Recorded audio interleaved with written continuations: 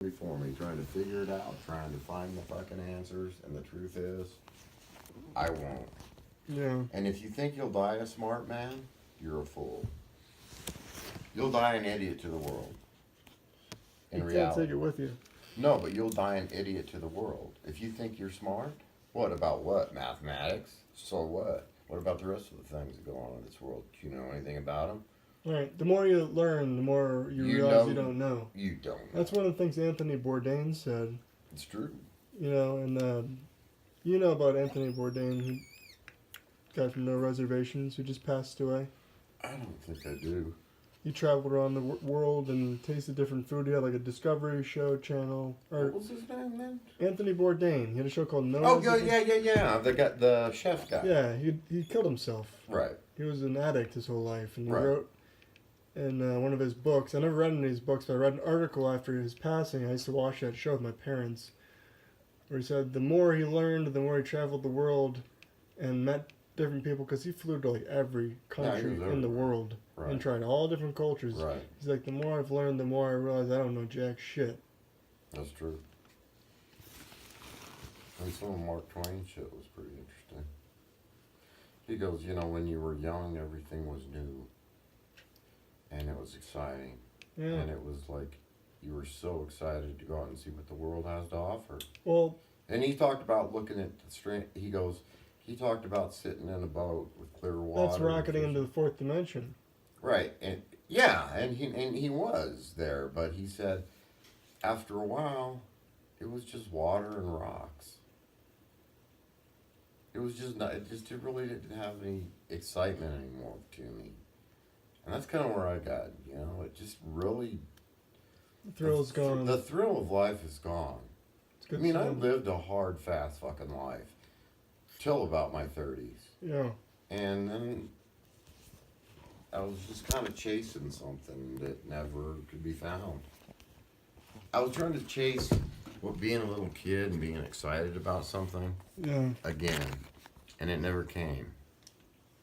You know, to me, things were just things. They're just fucking things that are going to break down like everything else in this world. They're going to fall apart. They're going to fucking rust away. And all that excitement. Nobody gets out of this alive. Nope. The only thing that matters is the love you give and the love you receive. In reality, that's true. You know, that's kind of what the whole deal is about. But I mean, a lot of people, that's why I don't do philosophical shit that much anymore, because I used to spend years on it trying to figure it. You know what? Then I figured out, hey, I'm smart enough to figure out I don't know dick about this world. And every man before me tried doing the same thing. Nobody knows what's going on. And nobody knows what's going on. After all these years. When you're little, you think adults know what's going on, right? And then you grow up and you realize, like, I'm still the same person. I look in the mirror and I see wrinkles, and I see my hair's falling out, and this is changing, and this is changing. Right. But I'm still the same person. I am not my body. Right. You know? What's your perception? But there's also the theory that, I don't know if it's theory or fact, that matter cannot be created or destroyed. Energy. So, McKenna and some of the great philosophers said that, you know, you're like a waterfall. A waterfall that's always flowing. You can see what a waterfall is. It's a definite structure, right? Right. If you go and you look at the waterfall, but it's always flowing. So you can never step in the same river twice. Right. And the man who steps in that river can never step in as the same person. Because you've changed, and so has the waterfall or the river. Right.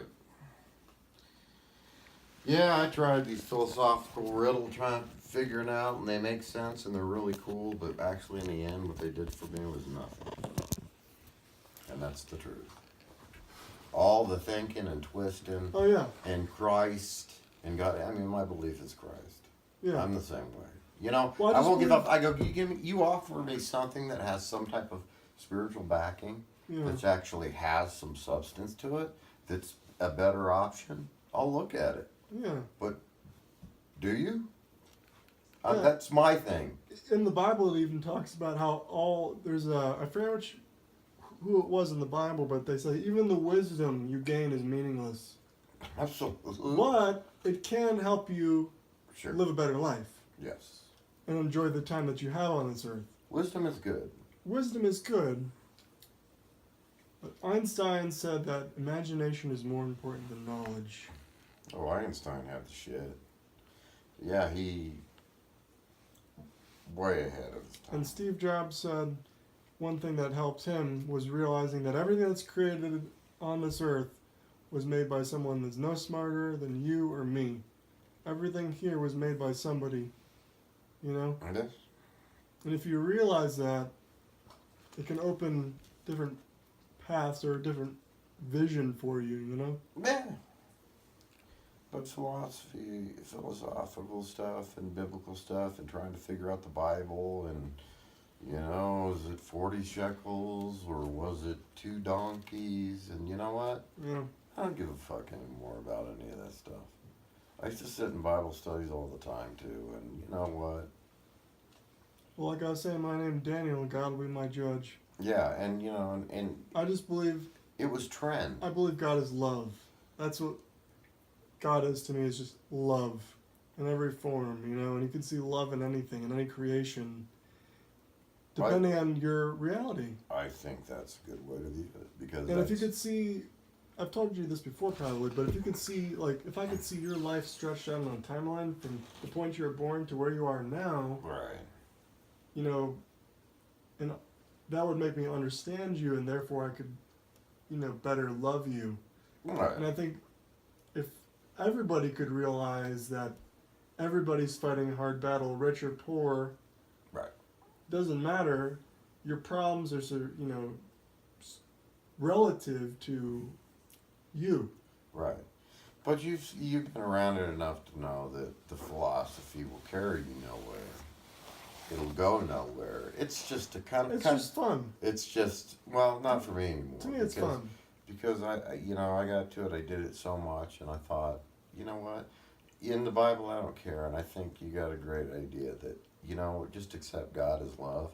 Don't get fucking mashed up in the Bible over stupid things. Like, remember, we were listening to Les Brown the other day that says, if you find a why for living, you can endure almost anyhow. Something like that. If you find a reason for living, you can endure almost any how, or something along those lines. Remember that? True. Well, I mean, it's kind of like anything. So that's why it interests me, because I like to find out what people, why keep living. Because the Buddhists believe that all life is suffering. Suffering, pain, all life is pain and suffering created by our desires. And the only way to alleviate that suffering is to eliminate your desires and your cravings, right, and therefore reach a state of nirvana. Yeah. Well, I'll never reach that, that's for sure. I'm just going to take, I think, the idea is I came to the same conclusion. But I think probably the most wise thing I've ever heard, the most wise quote, the most wise saying is just, I don't know. I don't know. Because there's plenty of people that walk around here that I've had friends that were fucking, thought they were geniuses at everything.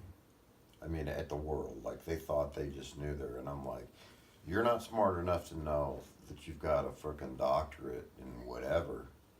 But you're not smart enough to know that you really don't know dick. No. You know how to be a doctor. That's it.